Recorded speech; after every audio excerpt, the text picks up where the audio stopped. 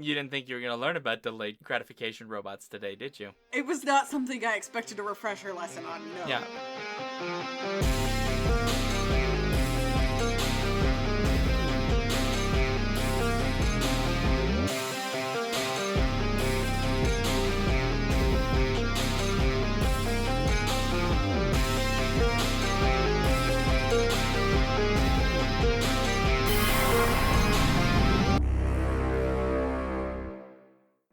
Welcome to the Skiffy and Vandy Show, Torture Cinema. From acid rock to acid-spitting robotic spiders, Gene Simmons has it all. Oh, no. Oh, God, Gene Simmons, why is he in this movie? I know why he's in the movie. I will tell you later. To stare creepily at you? Well, it has a lot to do with that, correct. Well, I'm Sean. And I'm Becca. And on today's show, we will talk about what we're drinking, and we'll talk about Runaway, a 1984 film written and directed by Michael Crichton. You read that correctly, or heard that correctly, rather. And starring Tom Selleck, Cynthia Rhodes, Gene Simmons, and Kirstie Alley. The film was put on a poll created by fan and supporter of the show, Jeff Zillin, who then broke the tie because folks don't vote enough. So, Jeff, we love you, but also, if you fell down a flight of stairs, we probably wouldn't help you at this point. I mean, I'd help you up, but I probably would have been the person who pushed you down in the first place. You feel guilty about it a little bit. Only a tiny bit. Anyways, before we get into it, a friendly reminder that we want to hear from you. Share your comments with us about this and past episodes at skiffyandfanty.com/listener suggestions. We want to put together a listener mailbag episode with your thoughts, questions, topic suggestions, and more, so get those thoughts in. Do it or else. Well, so we're drinking stuff because it's Torture Cinema, which means we have to be drinking stuff. So, by we have to be drinking stuff, you may bring any beverage of any kind, yes. But it just so happens that Becca and I have both brought in alcohol. Yes. Water is a valid beverage choice. I mean, if you drink more water, that means you'll have to pee more often so you can escape from bad movies. Very strategic of you. So what are you drinking? I am drinking a red wine that my boss gifted to me, despite the fact that technically gifting alcohol to your subordinates is not allowed where I work. Okay. But it's a very lovely red wine that I know nothing about because it doesn't tell us about the vintage. So 2020 Montepulciano d'Abruzzo. I'm not Italian. I have no idea what those mean. Okay. And it doesn't say if it's like a port or like a what wine, so I have no idea. But it's tasty. I don't know a lot about wine. I'll drink it occasionally, and this movie deserves it. Deserves lots of wine. Oh, that is a very full glass indeed. Well, you know, every time I think about Gene Simmons staring at me through a camera. You really just need alcohol to deal with that vision. He does stare a lot in this movie. And it's not just the staring, it's the creepy little smile that's not really a smile. It's just like he's like showing you his teeth, and it's terrifying. It is terrifying and very weird. Yes, incredibly weird. What is he doing? I don't know. But what are you drinking to deal with the torment, Sean? So I started with some pre-drinking because I usually try to do like a themed cocktail for these things. And all of the cocktails that I could find that were Tom Selleck themed, who is the star of this movie, involved an alcohol I hate. Oh no! Because I'm not really a whiskey, bourbon, or any of those like quote unquote manly drinks or whatever. They're just really not my jam. So I tried a few that did have some in it, and there was one I really enjoyed, but I'm also trying to eat healthy. And so the one that I enjoyed had a crap ton of maple syrup in it. So I couldn't do that because... But it sounds intriguing. I also need to be able to be drinking throughout this entire thing, and I can't consume that much sugar because I'm 38. And all of my friends have diabetes, and I am the last holdout. And I plan to hold out until I die. Ouch. So, I decided I would finish off the last of my sour beers. This is a sour gummy watermelon gose from Half Brothers Brewing Company, which I don't remember where it is. All I know is it was delicious, and I enjoy it. The raspberry version is better, but the watermelon is quite refreshing. Nice. Now that we've covered what we're drinking, let's move on to covering the summary of whatever the hell it is that I watched last night. Well, perfect. So I will cover the summary and try to explain what is the story of this movie. Good luck. So, I got it. So this movie stars Tom Selleck as one Sergeant Jack R. Ramsey, who is a police officer, veteran police officer, who is part of what's known as a Runaway Squad, which is a group of people that in this indeterminate future essentially go around and deal with any situation in which robots have malfunctioned, whether that is they're mowing down cornfields or have apparently decided to murder all the people in the house. Why people still own robots is very confusing to me, but sure. So he's part of this Runaway Squad. At the beginning, as is very common in any of these sort of cop drama, action, thriller kind of movies, he gets a new partner named Karen Thompson, played by Cynthia Rhodes, who is enthusiastic about the job, but also is weirdly attracted to him for reasons that don't quite make sense. All this is happening while another character played by Gene Simmons, who is named Dr. Charles Luther, is attempting to do something that I don't quite understand, which seems to be creating robots that inject acid into you and then murders people and involves some evil chips that turn robots bad. I don't actually know what his end game is, to be totally honest. I assume it's like what is normally there, which is he wants power and fame or whatever, but he already has that, so it's unclear. Anyway, the premise from there is just the uncovering of Luther's big plot and Ramsey kind of trying to fight him and things going bad and Gene Simmons just staring awkwardly at people for hours on end. And then at the end, the movie closes by basically having him be murdered by his own robots. Also, I should note that Ramsey is afraid of heights. Yes, that was very important. Conveniently and importantly is actually relevant to the movie. Which, thank you, Michael Crichton. Yes. Yeah, follow through on exactly one thing in the entire movie. Exactly one thing, yeah. Good summary. I think I did okay. Uh-huh. I mean, the movie's it's not intelligent, but it's also easy to mostly follow. Well, apparently that was what Crichton wanted. Like, apparently he didn't want it to be, like, a literary movie. Well, he succeeded. He said, movies are about the here and now in things you see. To me, there's no point in writing a highly cinematic book or doing a very literary movie. And he obviously achieved his goal, because this is not a very cinematic movie or highly literary. It had one redeeming feature for me. That was it. Wow. Well, I'm sure we'll get to that in our likes. I will also note this is, as far as I'm aware, the last time Michael Crichton directed anything.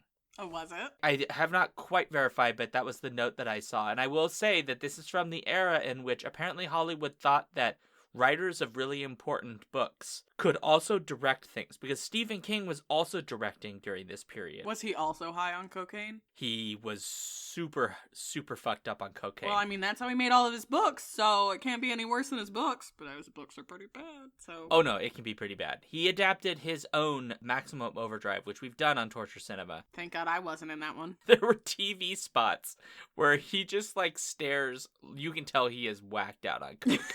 Looking at us going, it'll be the scariest thing in the world, but in his Stephen King voice. Uh-huh. And you're just going wow, bro, I've never been more terrified of a semi-truck in my life. Thank you. Thank you. But yeah, so the note I saw was final science fiction film directed by Michael Crichton. So there we go. So he might have directed He other also things. said that in his worldview, this film was about a year ahead of where they were. Uh-huh. Just think about that. This is the same era of Blade Runner, The Terminator. There are dozens. Even an actor in this movie was in a better movie. The kid who played his son, Bobby, is in Flight of the Navigator. I don't know what that one is either. Oh my god, you gotta... Okay, we did a podcast on it, Becca, but also you should watch Flight of the Navigator. It's a kid's movie, kid's science fiction film. It is amazing, and it's so fun. And it only came out 2 years later. Yeah. This kid was in it. Huh. And then, after his career as a child actor dried up, he went into the world of crime. So, yeah, bank robbery, drugs, all kinds he of went problems. a little bit more over the edge than your usual child actor, but I can respect it. Not like Corey Feldman, which is he's just weird. Yeah, he's just strange. Yeah. Corey Feldman's just kind of a very quirky dude. I don't actually dislike Corey Feldman, to be clear. So if Corey, you're listening to this because you absolutely listen to this podcast. I actually quite like you, and I appreciate your efforts at your artistic endeavors. So you get 6 points for that. What an arbitrary number of points. Yeah, all of my points are arbitrary. But the kid who played Bobby in this did, in fact, have a little bit of a career, and then he went into like some serious crime in Canada. So he didn't serve a lot of time because Canada doesn't believe in the prison system like America does. Good for them. Well, I feel like in this guy's case, maybe they Maybe needed to not. believe in it a bit more because he kind of repeatedly offended. So, Oops. yeah. And it was probably because robots almost killed his dad. I mean, that would do it, right? Well, okay, so let's get to some likes, shall we? Let's talk about our likes. So, Absolutely. Becca, what is your like about this film? My like was that Tom Selleck as Sergeant Jack R. Ramsey, he did seem like an actual decent father. Like, he cared about his kid. He, immediately rushed off to try and save his kid as soon as something bad was happening to him. They, laughed together about a stupid joke about his dad saying cuss words. Like, it did just seem like a very genuine father-child relationship. And it did really shine in the rest of a mediocre movie. Because it did, it was nice. He loved his kid. And you could really see that. I'm with you that it is really sweet, actually. It's very family-oriented, this movie, despite all the murder that happens. Yeah, all the murder and explosions and yeah, acid-spitting spider robots. There is a note in the trivia that it accurately predicted the future of robots, and I'm like, did we watch the same movie? I bet they were thinking of, those robot dogs. Yeah, okay. Yeah, but I didn't know. The actual robots in the film looked so bad. They're 80s robots. They're just remote control gadgets. That's so all they bad. Are. It's one of those weird things. It's an 80s film, right? Because they don't have CG and stuff. They have to go with what tech exists in 80s that we can make look like it might be more future. But you had the Star Wars droids to look at, and instead you made boxes? Oh, there is a trivia note about this Oh? very thing. The production notes for this movie say, one of the differences between this film and some recent science fiction films is the robots. Unlike the robots in Star Wars, which acted human, and the robots in Blade Runner and The Terminator, which looked human, these are truly machines. Just as today's automobile manufacturers are using industrial robots for certain tasks in the assembly of cars, within the next 5 to 10 years, we will be seeing robots like the ones in the film. Robots that pick the bugs off crops, that guard offices, and that prepare and serve meals. Well, where's my meal preparing robot? Because I hate cooking and cleaning dishes, so I need one. I'm right there with you. Yeah, where's my HelloFresh fucking is worthless robot? to me without a robot to clean the dishes afterwards. Yeah, if anything, we should honestly sue the production of this movie. How dare they you say lied that to this us. predicted? Liars. Absolute monsters. What are you doing with your lives? Not much, apparently. Not much. Well, I don't know. Michael Crichton did go on to do things like ER and stuff, so he had a very successful career in film. Anyways. You like the dad-son relationship. I like the father-son relationship. Even the relationship with his house robot. Yeah. Lois. Lois? Is it Lois? Whatever It's her name probably is. Lewis. I just Yeah. see Lois and I see Lois Lane. Because I work at a comic shop. What do you want from me? Because at the beginning, I actually genuinely kind of bought into the idea that he's his wife. married. Yeah. Yeah. Because they don't actually show you Lois until they're showing you that she's a robot. Honestly, I could kind of see why he has that particular robot, because even though it's a little quirky and repeats things people say even though it shouldn't, it is attentive. I mean, the only thing it doesn't do is basically as a sex doll, because it's just like a house robot. Yeah. But it's fulfilled the role for the death of his wife, which we learn at the beginning, which is kind of sweet, but also a little sad at the same time. A little sad that his kid is basically raised by a robot because his dad is so often called away to the police station that I don't actually think we see him get in a bed to go to sleep, because every time he goes home, the station calls him and says, "We need you at the station." So I don't think he ever actually sleeps in this film. Headcanon. He's a robot. We don't ever see him sleep. No, we don't. We really don't. We see Bobby sleep. Yeah, but Bobby's a kid. Or at least we see him put to bed. Yeah, we right? see him put to bed. We know his partner at least goes home where presumably she does sleep. Well, I mean, but maybe she just sits in her recharge station. She could be a robot too. You don't know. They could all be robots. Oh my god. Oh my then god. that means that Gene Simmons' Luther is just a humanoid robot that's gone bad. This is the beginning of Blade Runner. I feel bad for my neighbors about that screech. That's what's happening. I've literally tied these movies together. Runner. They're all robots. Oh my god, we've uncovered the conspiracy theory. But yeah, like, he never actually, like, changes out of his uniform or goes to bed. He doesn't. He's just it's always so strange. At the station or saying goodnight to his kid or at the station. But you know what's cool about it? This is a thing you almost never see in these kinds of movies. He is presented as like a wholesome dad figure. He cares about his kid. Obviously, he's lost his wife, but he clearly still cares about her, even though it's been several years. And so, instead of presenting like the Riggs version, like the Lethal Weapon Riggs character who's kind of unstable, he's actually got his shit together. And he's just not actively pursuing women. In fact, throughout this movie, and this would be my I appreciate up until the very end, and we'll come back to it, I appreciate so much that even though his partner is clearly attracted to him and thinks that what he's asking her is to like go out on a date, he's actually just genuinely like, I want to get to know you because you're my partner. And we should be able to have dinner at my house and like be, collegiate and friendly and all of these kinds of things.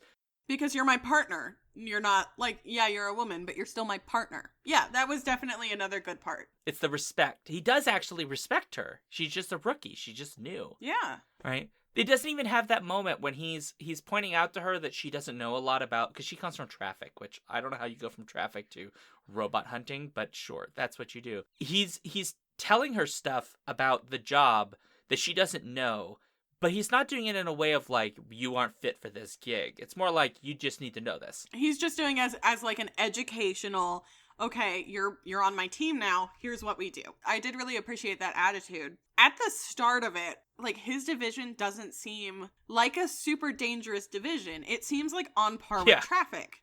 Because at first he's like, yeah, usually we just have to find the off switch. And you just have to turn the robot off. So, like, I can see where she would go from traffic to a robotic runaway division, because it doesn't seem like there should be danger until you get to the point where, oh, there's this robot, stabbed 3 people, and there's a baby in the house, and somehow the robot got a gun and can shoot the gun.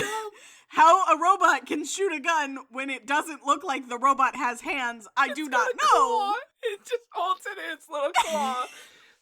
Okay, but you physically cannot shoot a gun with a claw and also aim the gun. Like, you could put the gun down on the ground and, like, squeeze. Like, it doesn't translate, because if you tried to hold up the gun without squeezing it hard enough to pull the trigger, you wouldn't be able to pull the trigger because it would just be pointing down at the ground. No, no, I did not think this deeply about that sequence, but I appreciate that you did. Welcome to my brain. Welcome to my ADHD brain. I did not understand how the robots in this movie were meant to be dangerous. It also went pretty far, because the first time we see them with robots is when they go to the cornfield, and it's like one of the little... They make robots that, like, pick caterpillars, basically, and bugs off of the corn stalks in order to protect them. Which I respect, because it means they've replaced using pesticides with a more, and it's not natural, but a less toxic for variation. Yeah, so they go to this field, and it's just gone rampant. It's just knocking over stalks, and there's, like, drawing weird lines in it. I had hoped that it would, like, put, like, a symbol up or something, but no. Yeah, like, put the Superman symbol up, or, like a middle finger, or the anarchy symbol, like, anything. But no, it doesn't. But then they just have to chase it. And this is supposed to be funny. It's kind of dumb, but it's just them chasing it through the corn stalks, trying to catch it to turn it off. And then it goes from that to, let's just ramp this up to 11. You're going to a house where there's been murder and a baby might be getting killed. But he acts as though it's not, this is a thing you sometimes have to deal with. And so this raised a question for me. What the fuck is this society where robots routinely fail and put people's lives in danger that people still have robots in their houses. Like, where is the quality control? Right? Nobody owns a Roomba and, like, the Roomba picks up a fucking steak knife and just starts stabbing people and they're like, man, we gotta get a new Roomba. No. Like... No, then you name it Stabby and you give it the appropriate rank every time it stabs somebody. Right, yeah, exactly. But yeah, it's very strange to see how these robots have been, on one hand, integrated to society, but on the other hand, still seem to be dangerous. Because there's one point where the tech person is talking to Ramsey, and he's like, oh yeah, you know, sometimes they get overheated and one of their chip pops off and they go crazy. And I'm like, and that's common? Like, your robots often overheat and go freaky? What? It's like such an 80s perception of robots, of like, yeah, like the robots are just bound to go bad. And it's like, no, you had no idea of what kind of world of robots we'd live in now. Because, like, I breathe on a computer weird and it stops working. Right. I don't... What do you mean? What do you mean they can just pop out a chip and keep functioning? Like, it's so bizarre. Because when you think about robots today that we have in our homes, like, we don't have that many. It's mostly Roombas and things like that. It's mostly Roombas and, like, Blink cameras. But, like, if a chip knocks out of that, it just stops working. Like, yeah! That's the end of it. It doesn't go haywire and start murdering people. But on the other hand, you could argue that that is a facet of the planned obsolescence movement. Very where possible. If anything goes wrong, they want you to buy a new one. So it's just, like, ruined. But in the movie, they're very clear on, like, don't fuck with the robots because we need them. Oh, I wonder if some part of that is also maybe because the robots we use today have the 80s to look back on. They went, we got to make sure that when a chip pops out, it just breaks so they have to buy a new one and doesn't murder them. So somebody took this as a life lesson? I mean, in a way, right? Like, kind of like science fiction is a warning. I mean, this movie makes no sense. Well, yeah, Crichton tried to do that with Jurassic Park, and look where that got us. I mean, we haven't made dinosaurs yet, but we got Jurassic World 3 times, so...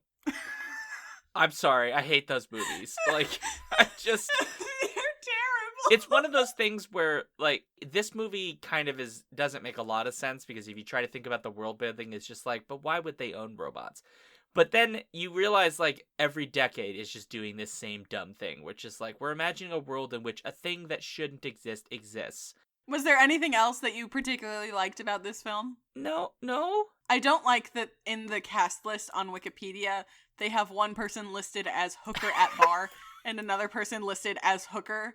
That's right. It even has Kirstie Alley in this, and I gotta say, there's a moment in this when it's basically like the sexy scene of her taking her clothes off because she's bugged, as it were. And I just felt like, this tells a lot about Luther. What man needs to have, like, it's like 4 different bugs in 4 different pieces of clothing. And apparently she doesn't even, like, know about some of them. So, like, how the fuck did he get the bugs on her clothing? It's like in everything. There's one in her shirt, in her bra. Her shirt, her bra. Her pants. Her skirt line. Yeah. And there was one in her underwear. And her shoes, I believe. In her shoes. Yeah, that's right, in her heels. Yeah. I mean, it says a lot about that character, which is he's incredibly controlling and is not a good man at all.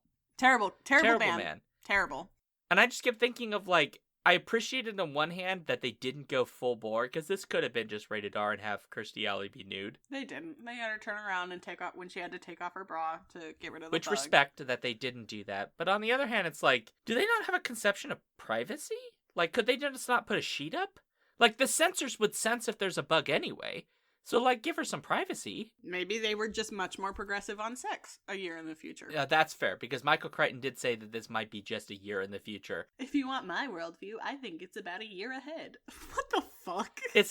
This future is not a year ahead at all. There is no way, considering that we don't have sentry bots that zap people. Right? With, like, a tase stun. But why did they have... Why does the robot And also, have that? why did that robot malfunction? Right? That's never explained. No, it's not. Why is it going after that one person when, if she's a hooker, she doesn't even work in that building? Oh, Kirstie Alley's character? Yeah. She's not a hooker. Is she?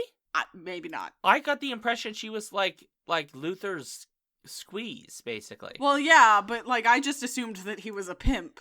You thought, in addition to be a creepy criminal robotics guy? Like, oh, now I'm so don't know. confused. I don't know.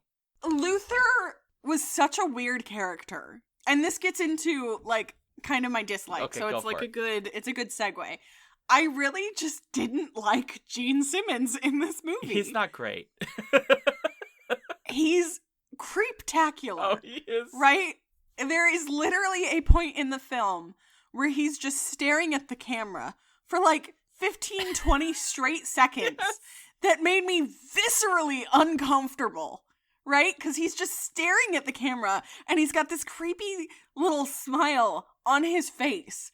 And it's so strange. Right? And so I was just looking at the Wikipedia page and it makes a lot of sense now because Oh, you found apparently Crichton didn't want Simmons to memorize the script or talk to his acting coach. Right, because this was at the period when Simmons actually had been studying acting for like 3 years. Because he thought he would make a turn as an actor. So this was like 3 years into his supposed acting career? Well, he had done some stuff for with Kiss, where he basically played himself in Kiss production, a fictional Kiss stuff. So there were like a couple Kiss cartoons and things like that, yeah.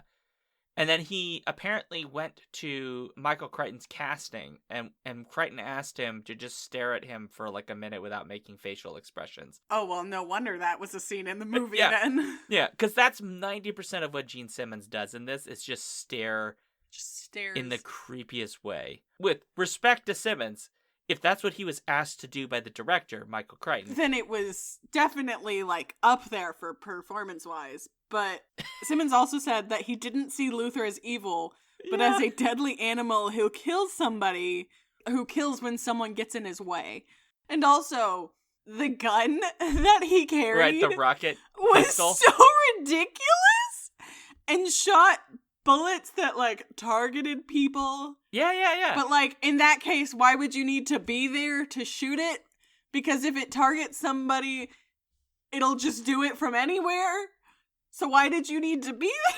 I don't understand this movie. The premise of the gun is easy to understand. You shoot a bullet, and it tracks the target, and has some propellant that allows it to continue. It's basically like a mini missile. Like, curve around corners Exactly. and obstacles and shit. But later on, like, Tom Selleck's, like, other partner that works in the Runaway division, like, explains that it, like, genetically targets individuals, but it has no explanation for how that works, because that would mean that you'd have to plan ahead of time how the bullets and get are targeted. the genetic sample. Right, of who you're targeting.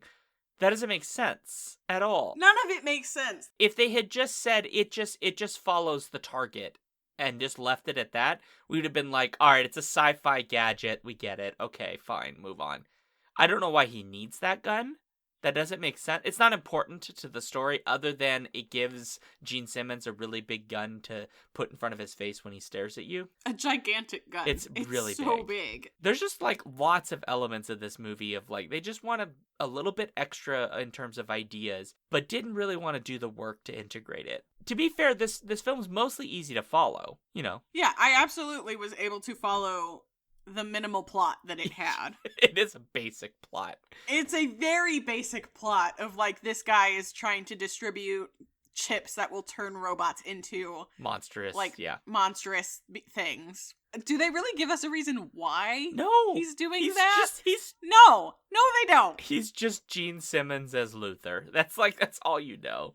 It's not, and, like, you could have just called him Gene Simmons, and I would have followed it just as well. Yeah, it would have been the same. It would have been exactly the same. Gene Simmons being in the movie didn't add anything to it, except for make me, more confident in my opinion that Gene Simmons is a fucking creep. Do you know what Kirstie Alley thought about this movie? No, and I would love to. So Kirstie Alley, 1980s, so this is the beginning of Kirstie Alley's real star. She's starting to really grow by 1984. She's eventually in Star Trek, and then she goes on to do things like Look Who's Talking, and a number of other big productions. She becomes a pretty big hit, and then she does, like, those weight loss commercials or whatever, and then... She was on Dancing with the Stars. She was on Dancing with the Stars, yeah. So Kirstie Alley plays a character by the name of Jackie, who may or may not be a prostitute. It's unclear. She's just helping Gene Simmons' Luther smuggle the chips around, and it's unclear what exactly her real role is.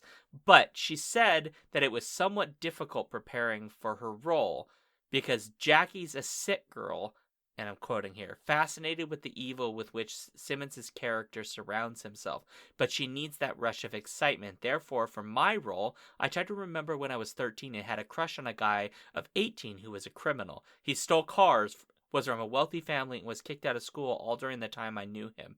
I tried to remember the fascination he held for me. I liked him because he was dangerous, and because I had been raised so straight, I liked that danger. So I just remembered that, and it worked.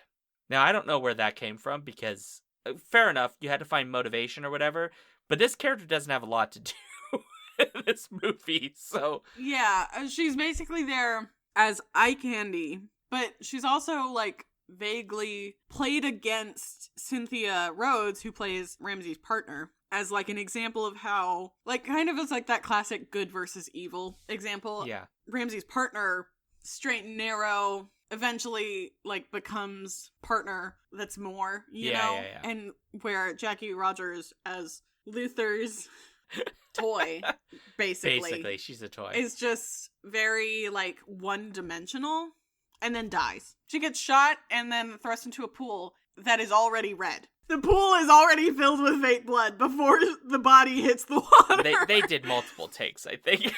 Yeah, absolutely. Because that was so fucking funny.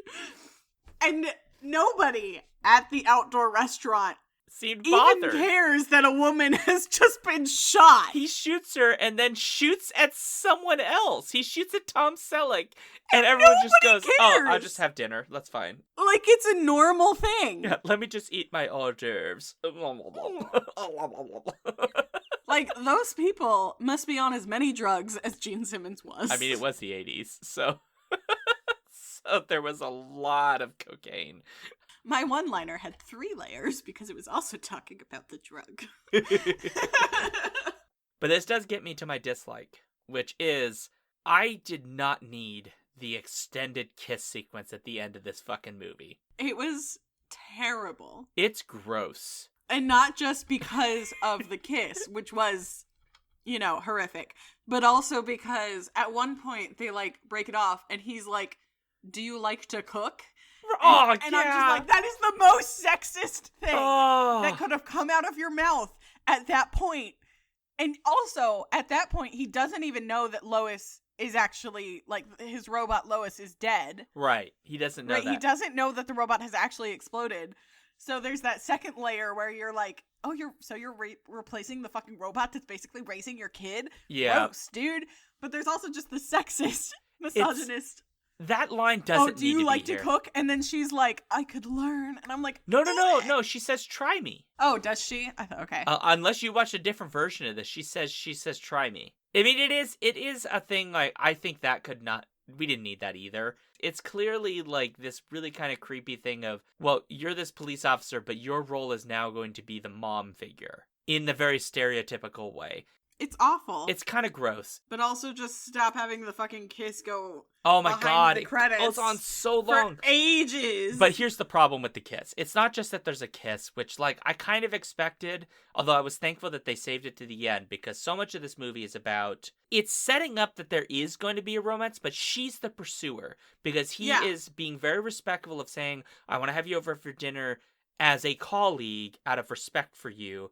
And he's not hitting on her. He's being very kind of like that father who's not ready to quite move on kind of thing. And she's being like, oh, well, he's really hot because his mustache really gets me going. And, like, yeah, she wants him or whatever. But yes, I do agree that the point of her being the pursuer was good. It is good. But I also think that the makeup artist who did the acid burns should have been fired immediately. So this is part of what makes the kiss gross.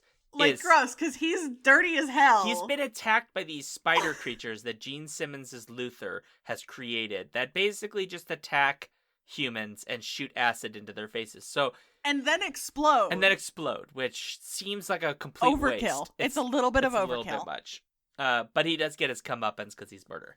But so they attack his face, right? And he's all burnt up and he's got scars and everything. And then, you've had acid sprayed off all over your face. You're in a lot of pain right now. Why are you kissing a woman? But then he kisses her, And it's not just that he kisses her like a little peck on the lips or something. The first kiss is like a peck. It's like a little peck. It's a little more than a peck, but it's in that territory. And then they like that, step back and like have like a short conversation, just like a couple lines back and forth. And then they make out for the entire run of the credits. And why that's gross is his nasty ass burnt dead flesh is getting all up on her face as they're doing it. And I don't know about you. I know for myself, I've never wanted to kiss a woman who has massive acid burns on her face, who's probably desperate need for medical attention. My immediate reaction is maybe we could save the kiss for when we find out that you're not dying. Also, where is his kid? Yeah, throughout that entire ending secret, where is his child? That's right. Who he literally went to that building to save. That's so right. Right, so the whole thing is like, Gene Simmons has stolen Tom Selleck's kid, and it's like, you bring the rest of the little like blueprints or whatever, and like your kid will live. And then turns out not so much. And so he sends his kid down, but he sends his kid down the escalator or elevator or whatever, and the little spider robots have been programmed to kill any moving thing that comes down the elevator, which is very specific. Well, it's not that comes down the elevator, it's that leaves the elevator. And then she shows up, but she's not supposed to be there, and rescues the kid. And then we never see the kid again. So he's rescued, but he's just like apparently on the second or third floor of this construction building, waiting for his dad and this random cop woman to come save him. Who he's met once. Right. Literally the second time he meets her, she's like running through the door to try and save him from spider robots. Yep, pretty much. Yeah, so he's a little traumatized. But I'm sure he's going to be happy to know that his dad is getting some on like the 18th floor. So you know that's where that's going. I know, but you didn't have to say it. And then there's that weird, like, right before this, there's that weird moment where he like goes to check if Luther is dead, right? and Luther up. just screams. And then he nods, and he nods when he dies. He's like, yeah. Yeah, like, what? Literally, and also, in every other scene, the spiders also exploded. Right away. Except with, like, right away. Like, right as soon as they've injected the acid into their victims, they explode. Except for when 6 of them attack Luther. So obviously it can't just be a malfunction. Because, yeah, I would believe maybe one of them not exploding, but not all 7 of them or whatever. Like, what the fuck? They held off out of respect for their maker. It was grief. Uh-huh. Yeah, they're very much delayed gratification robots. Kind listener, I had just taken a giant gulp of wine as he said that and almost died. Thank you. You're welcome. You didn't think you were going to learn about delayed gratification robots today, did you? It was not something I expected a refresher lesson on, no. Yeah. Aren't you sad that that's not the kind of robots we have today?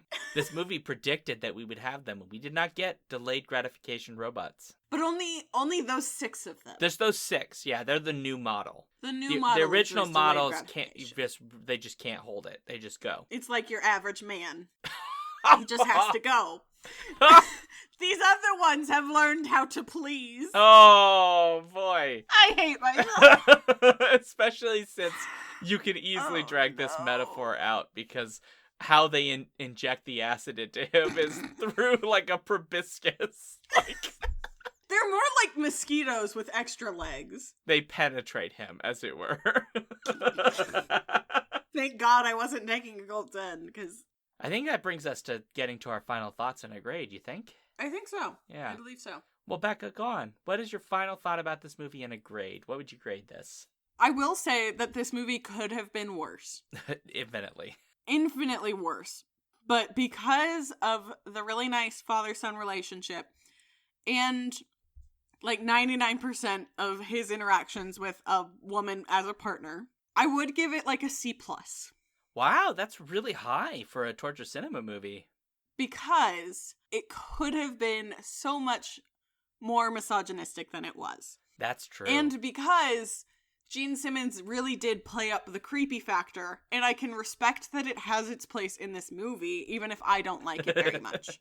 Fair. So I would give this like a C+, because it could have just been senseless, but they were actually kind of respectful. I think that's fair. honestly, that is kind of how I'm pretty similar to how I'm feeling, not necessarily with this specific grade, but I am right where with you. I was expecting them to really ham up the idea of like, oh, a woman cop, like, oh, you can't have one of those. And they didn't. This version of the future is just like, nah, fuck off. Like, women can be in the force, whatever, who gives a shit. Yeah. To be fair, it's not the most exciting unit. I mean, they just go turn off agricultural robots for most of the time until Gene Simmons starts putting evil chips in them. But yeah. But still, I respect that that's a thing they acknowledged, and while I wish they had just kept that platonic relationship, It did make sense. it did make sense. Except for the, like, one line about cooking. Yeah, they didn't need that. Like, everything else felt like a natural progression of a relationship. So yeah, so for me, I would give it a C-. Okay. This is a reversal. I feel like usually it's me and Alex giving the lower grades and you giving the higher Okay, grade. I'm discerning. Shut up. That's not fair. Yeah, right. It's still, so that just means it gets a C. It's a C. We average it all out, it gets a C, which isn't failing. No. But also isn't very good. Well, a C is better than the grade anyone else is given because it's under 60% on IMDb, so take that for what it is. Oops. Neil Gaiman reviewed it for Imagine Magazine. Wow. The quote is, "The race to outwit the cybernetic psycho is gripping stuff, mostly, with a terrifying showdown atop an unfinished skyscraper. And as the hero cop with no head for heights, Selleck is fine. In betweens, he spends too much time just being a heartthrob." Aww. That's so sweet.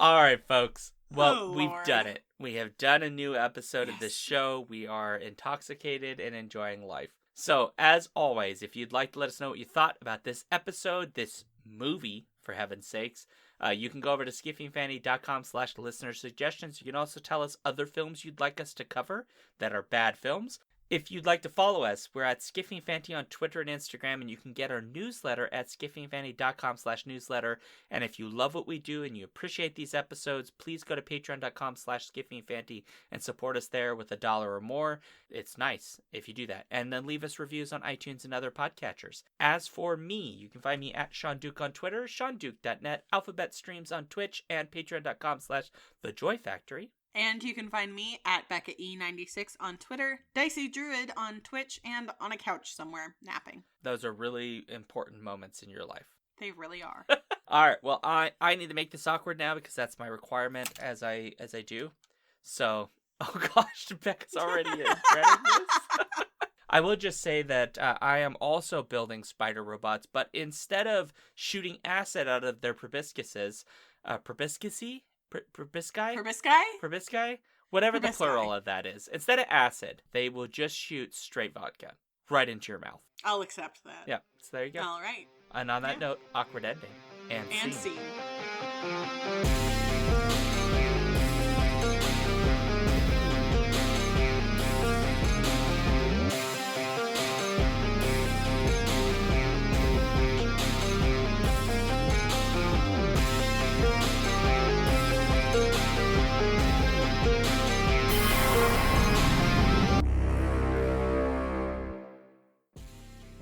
If you want to support this show, you can go to patreon.com/skiffyandfanty or skiffyandfanty.com, our website, where you can get access to all of our fancy things.